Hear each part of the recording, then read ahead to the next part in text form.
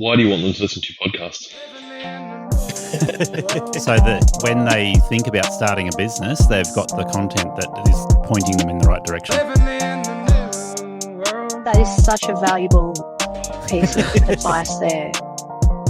The change in mindset makes a massive difference. Welcome to Aussie Lawn Stars. Why do you want them to listen to your podcast? So that when they think about starting a business, they've got the content that is pointing them in the right direction. That is such a valuable piece of advice there. The change in mindset makes a massive difference. Welcome to Aussie Lawn Stars. So we're recording. Corey, Gary, how you going? welcome to your dungeon. My dungeon. You're in my dungeon today. Yes, we escaped out of Corumbong. Yep. We're in Shell Harbour. Shell Harbour. Not Shell Har- not Shoal Harbour. Shell Harbour. Shell Harbour. Yep. Yeah, not to be confused.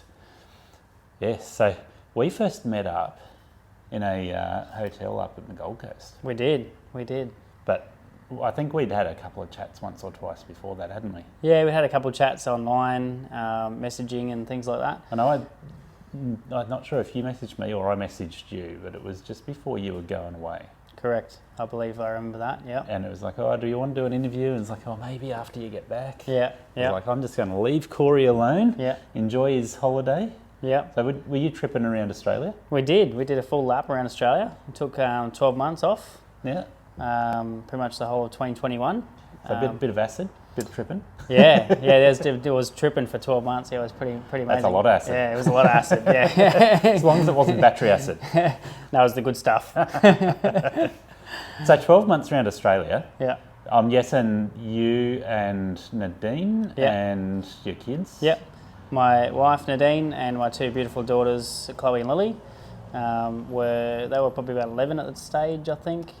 I can't think of anything worse. It was pretty amazing. Yeah. 12 months in a car And a dog, actually. We With- had our dog with us as well. with 3 females and a dog. Yep.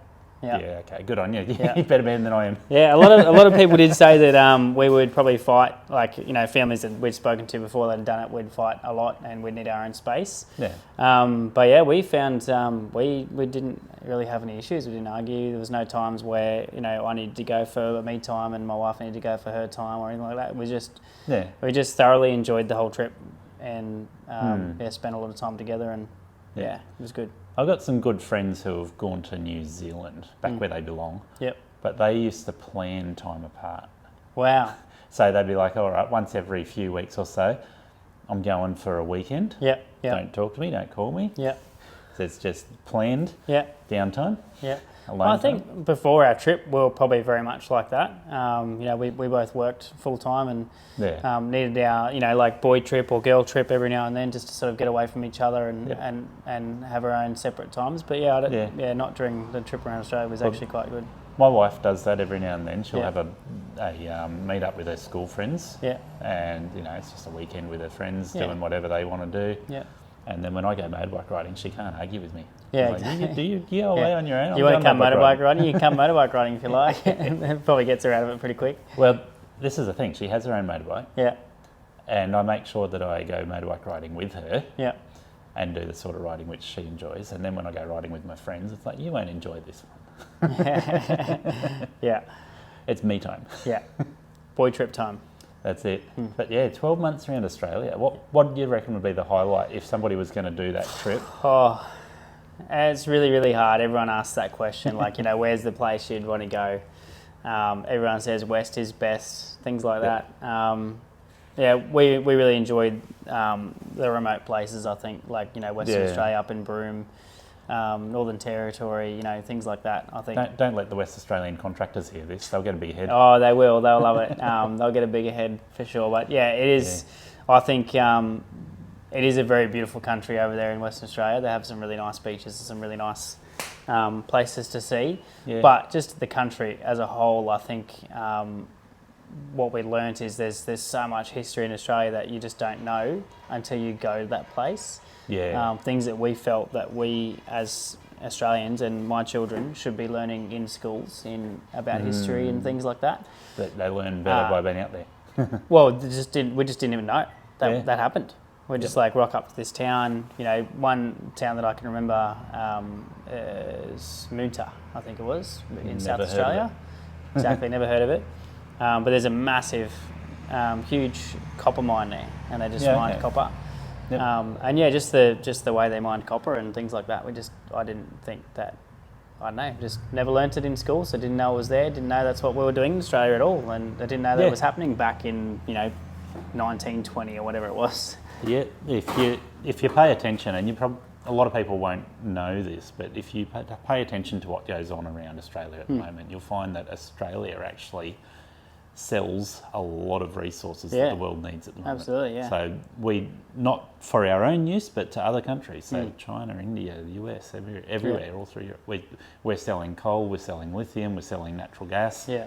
You know, all of the resources which are in highest demand, Australia is actually providing them. But it's interesting things you learn if you actually start digging around. Yeah, but a very beautiful country. So yeah, I don't think I could say I couldn't pinpoint a highlight. It's just the whole lot was amazing, and I think it's something that every Australian needs to do one day. I've thought about doing it, and I noticed a friend from down this way, a little bit further south, John Jakowenko. I don't know if you know him. Yeah, I've seen John on the Facebook groups. I haven't spoken to him at all, but he just did a trip in winter around Australia, 8 weeks. Yeah, right. On motorbikes. The whole trip, the whole lap in 8 weeks. 8 weeks on motorbikes. Flip. That's quick. How fast are you riding, John? That's a quick lap. That's pretty. I don't know if it's inspiring or uninspiring. Yeah, we did it in about. I think we did the whole lap in about 9.5 months, and I was stopping at places. Probably the max we stayed was about 5 days. Yeah. So most places about 2. Yeah. Well, I've done Cape York, so I've said on the podcast several times I've gone North Queensland for winter holidays because it's warm. Yeah. But I've done Cape York 3 times in my life. Yeah. So I would say if I was doing a lap around Australia, Cape York's probably one of those standout places. Yeah. But I like four-wheel driving, so that makes it plenty of four-wheel driving around there. We did one of the trips we did was the most western point of Australia, which is Steep Point. Right. It was 4.5 hours worth of one way, corrugated, rutted out roads. It was a trek and a half. Yeah. Wouldn't recommend. Yeah, you don't still own the vehicle that did this, do you? No, we just sold that. Literally just got on a tow truck yesterday. You got put on a tow truck. He got put on a tow truck. This is what happens when you drive a vehicle around Australia and all those corrugations. It's what happens when you drive a Navara. Well, we won't go down that path. We're Hilux snobs. Yeah, we're Hiluxes now. Yeah, that's it. Yeah. Are you thinking of leaving your job to start a profitable and enjoyable lawn and garden business? Aussie Lawn Stars shares stories, lessons and advice to help you grow a healthy, productive, efficient and sustainable business. Got questions or want more information? Contact Aussie Lawn Stars at iCloud.com or reach out to Gary Ashton on Facebook or Messenger for personal help. But beware, your question may end up in a podcast episode. For business coaching that ensures the right mindset and decision-making approach, check out Think Tank Coaching. Their website is https://thinktankcoaching.com.au. They've been instrumental in helping me and can guide you towards achieving your business goals. You can also email them at thinktankcoaching@outlook.com. Need to set up best practices for bookkeeping, accounting and business structure? Contact Adrian from Prosper Financial at 02 4977 3363. And don't forget to join Lawn Mowing Contractors Australia and Australian Professional Lawn Contractors Facebook groups. Great supportive communities focused on our industry. Corey, we need to give people more info on your business. Yeah. It's good to talk about those family things and those holidays, but how long have you been in this industry? This will be my 7th year in business. Did you come into this industry with some sort of training background, like you started an apprenticeship or anything? Or No, completely raw. So what were you doing beforehand? So I'm actually a baker pastry chef by trade. I did that through my teen years. Yep. And then when we had the girls when I was 20, I worked in sort of retail, supermarket, Aldi superstores and stuff like that. As a manager, I worked my way up as a manager. Yeah, okay. and then I went from that to like Bloom's the Chemist and Priceline, and was sort of like an area manager, I guess, for Bloom's the Chemist. So management, middle management. Middle management work. Yeah. Yep. Yeah. Very good. Yeah. You got sick of it? I did. I got sick of. I loved the work. I did enjoy the work. I enjoyed the people I worked with, or that worked in my teams, I guess you would say. Yeah. I got tired of the upper management, I guess, not being able to coach me the way I felt that I wanted to grow. Limitations in jobs like that, isn't it? Yeah, and I guess that was the reason I started the business. Yeah, okay. So, like I started the business right from the beginning, thinking that I wanted to have employees, and I felt that I could do better than my managers above me. Yeah. Yeah. So did you think about different types of business, or was it just... I did, yeah. It was actually over a few VBs with a mate of mine at his house. So were you thinking clearly at the time, or were you a little bit intoxicated? It was fairly clear. It's fairly clear. We had a few, but we were still thinking fairly clear. Yeah. I remember we just bought a house, my wife and I, and I had enough and quit my job. Yeah. And sat down with a mate of mine and my wife and his wife, and basically was discussing different business ideas. One that came to mind was, I guess, a bakery, as I had the baking background. It'd make a lot of sense, actually, but the overheads are massive. Work on that would be Huge. To buy a shop, you're probably looking at about $100,000, or to rent, to rent a shop and buy all the gear, $100,000 at least to start, I'd say. Yeah. And that was back in 2018. Plenty of people would sink that much money into their lawn mowing business too, but For sure. you don't have to. I've sunk that business. I've sunk that into my business for sure over the years, but not immediately. It's not the upfront cost. Absolutely, yeah. So okay. So you thought about the bakery. Mm-hmm. Any other options? That was pretty much it, really. It was, I'd wanted to own my own business for a very long time. Yeah. Probably my father owned his own baking business when we were growing up. Yep. And I just always aspired to have my own business one day. Yeah. It was just baking, and then I didn't really have any other ideas after that.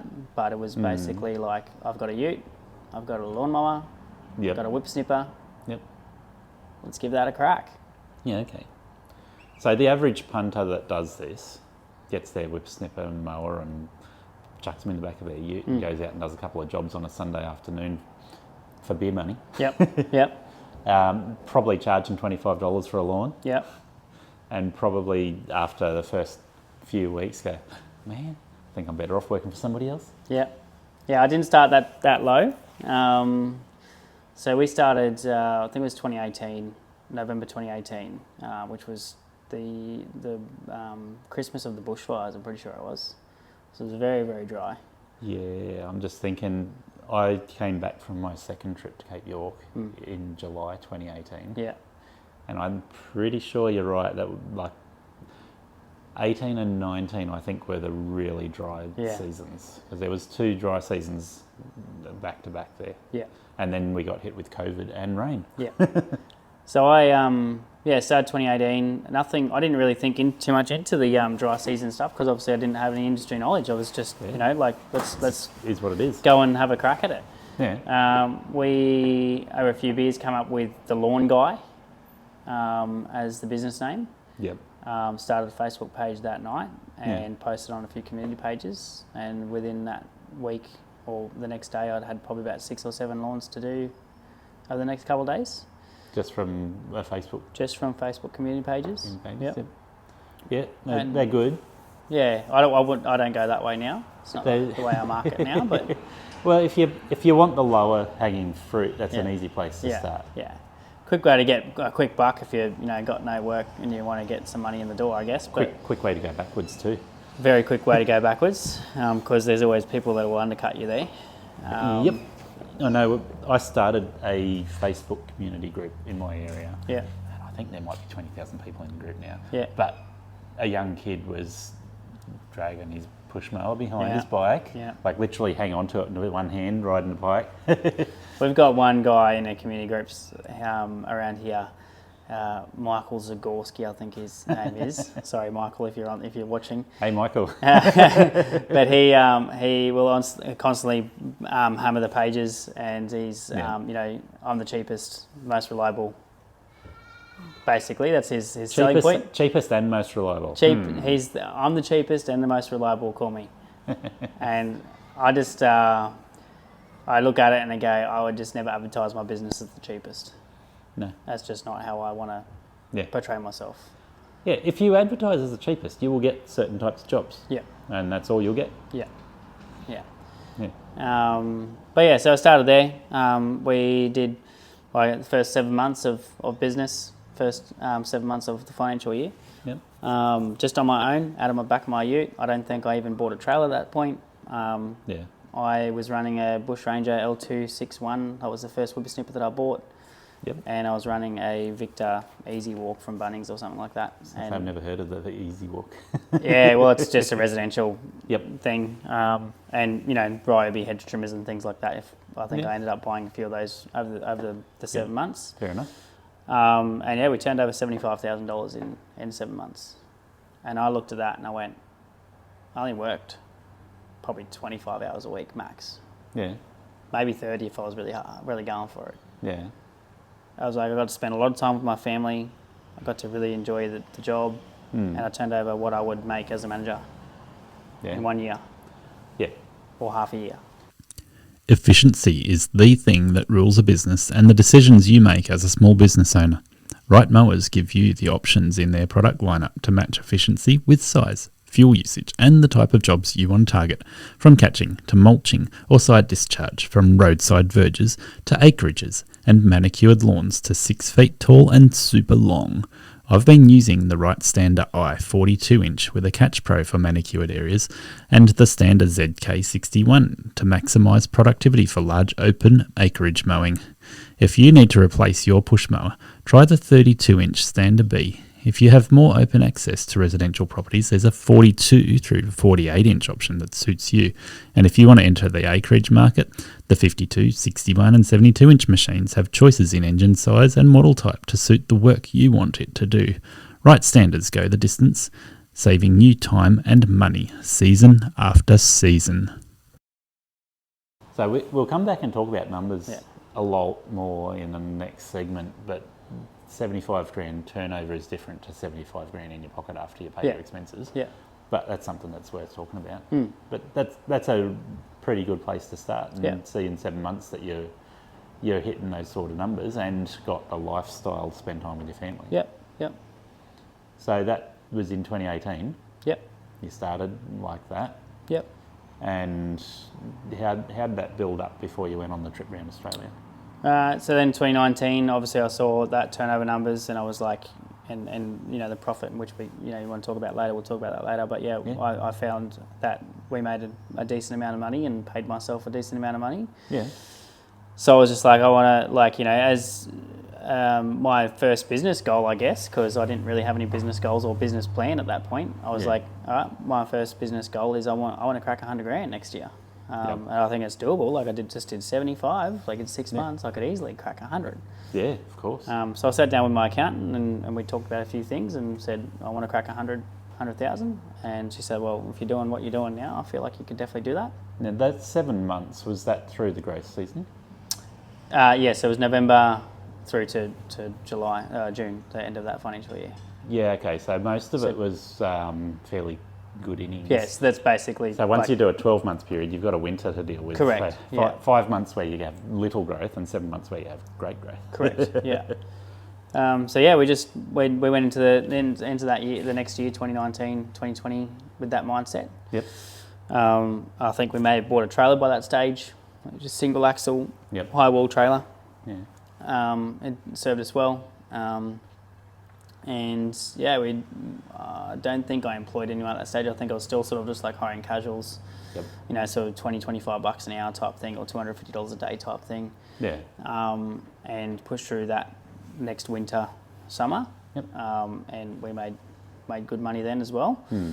Like the numbers you make as well as doesn't include the the sneaky cash. There was a lot of sneaky cash coming through. Yeah, that's something that everyone looks at with a lawn mowing business. How much cash do you bring in versus how much do you put in your bank account? Yeah.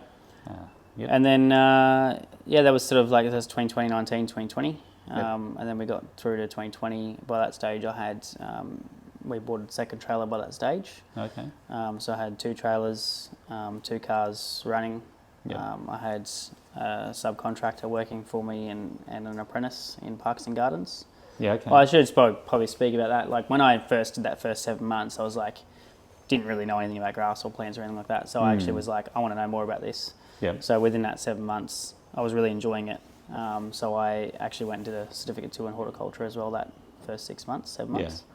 So just to give me that bit of knowledge on how to sell and talk to people and talk about plants and have a bit of knowledge, which I think helped so much. So if someone's new starting out a business, I think, a Certificate 2 in horticulture was like an 8-week course you can do online. Yeah. You could do it at TAFE. I did it at TAFE. I thought that was much more knowledgeable for me, but if you learn well online, I think it's something to look into. Yeah, it gives you that just basic knowledge to know what you're talking about. Yep.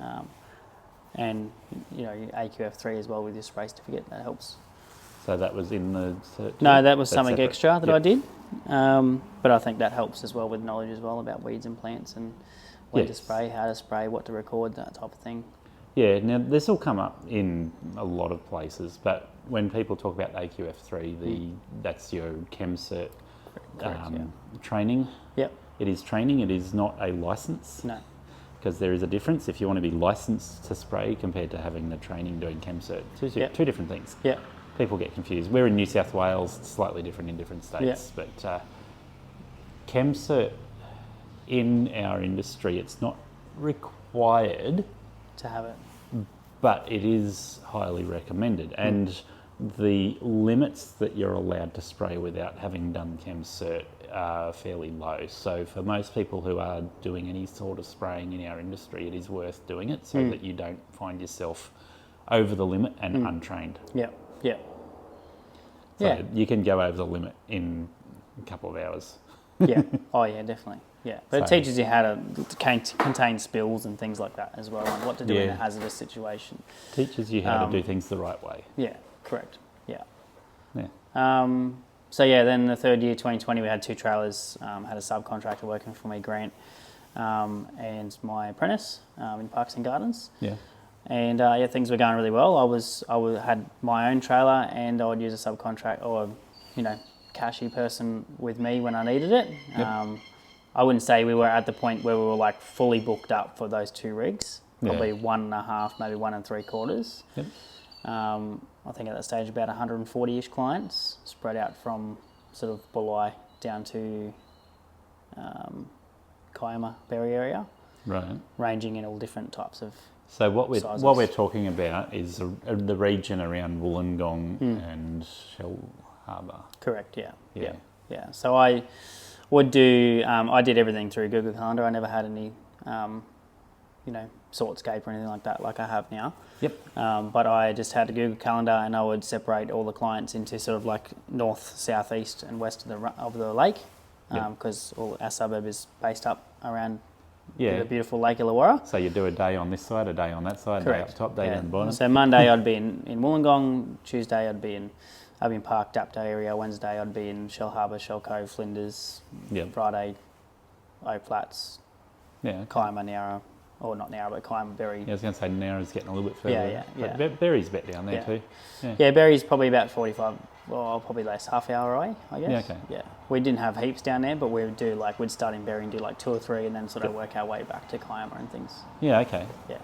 So when we start talking about numbers, I want to talk about that 140 customer because there's so many variables in terms of how many customers you can manage in a business, whether they're residential, whether they're commercial, whether they're 200 square metres or 10 square metres in a property, or several acres in a property. It makes so much difference. And people get fixated on how many lawns can you do in a day. And it's like, well, one lawn's not the same as the next. Yeah, definitely. Most of the clients we had were mostly residential, and we might have had like 1 or 2 sort of acre properties, but nothing too big. Most of the ones we were doing were between sort of the 500 square metres and 1,000 square metres. Okay. And with 2 guys, even with 1,000 square metres, you'd be in an 8.5 hour, 40 minutes. Now, if I push a button on this camera, we're going to see that you've got a Bushranger 54-inch machine there. Let's just flick it back around and see if we can get it to look at us again. So clearly you do some acreage now. Yes, a bit more acreage than we did before. Yeah. So we only had a 48 Hustler before. 54-inch Bushranger machine. It's not a low-end machine, that one. It looks like it's built for doing the tough stuff. Yes, RZHD. Yeah. It's sort of, I guess, the bottom of the commercial, top of the sort of resi commercial type area. Yep. Yeah. So it goes pretty well. I enjoy it. It's built much tougher than the Hustler. So, do you know what the horsepower is on that one? 22, I think, from memory. Yeah.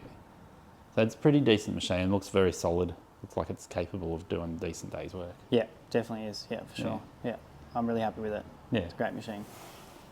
Yeah, okay. So you built your business up to a fairly decent size. Then you went away on holidays. Yeah, so I guess we got to the sort of the end of, was probably end of 2021-ish area. Yeah. Okay. When we decided, it happened pretty quick, to be honest. It was sort of like about, mid to late 2021 that I sat down with my wife through that summer, 2021. Yep. 2021, 2022. Yeah. And I just said to her, at this stage we were sort of sleeping in separate beds because she was working night shift. I was working a lot. And I'd done that through my management days, and I guess the reason why I started the business in the first place was so I could have a bit more flexibility and time to spend with my children and my wife. Yep.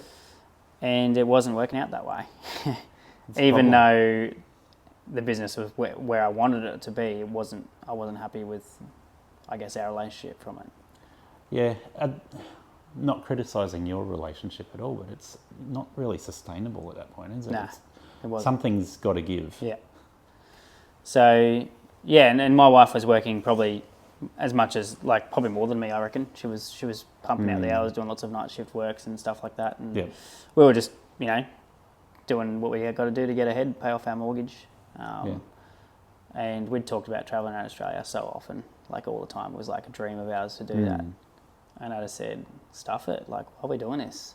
Yeah. Why are we living life to pay off a mortgage that, we don't, it wasn't particularly a house that we really wanted to live in for the rest of our lives. It's not our dream home. Yeah. And I just said, let's sell it. Let's travel around Australia. Yeah. And she took a bit of convincing. Yeah. As you would. I agree. I understand where she was coming from. It's a big sea change. It's a massive decision. Yeah. And we basically ended up deciding to do that.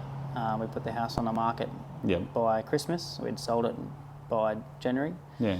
And started, buying a caravan and getting things sorted for the trip. Yeah, wow. And in that meantime, I had a guy working for me.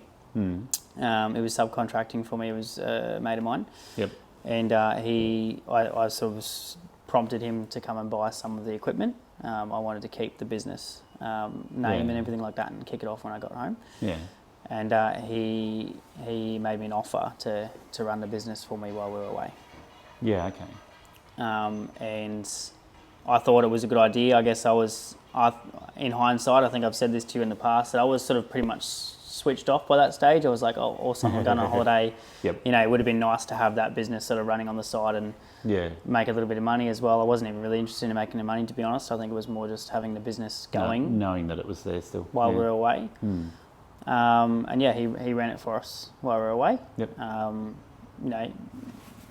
would say he did a great job, but that's a story for another day. Yeah, we won't throw him under the bus. Yeah. He was very young as well, and I got to take full responsibility for those decisions. And that was the discussion we had when we got back, was Yep. You know, I made the call, and it's not all entirely on you. And you know, maybe we should have made a different decision, but we didn't. Thank you for listening to Aussie Lawn Stars. Please remember to rate and review the show on the Apple Podcasts app or the player you use. Exciting new shows are released every Monday. Make sure you follow or subscribe to hear the next episode. Thank you for listening to Aussie Lawn Stars. Please remember to rate and review the show on the Apple Podcasts app or the player you use. Exciting new shows are released every Monday. Make sure you follow or subscribe to hear the next episode.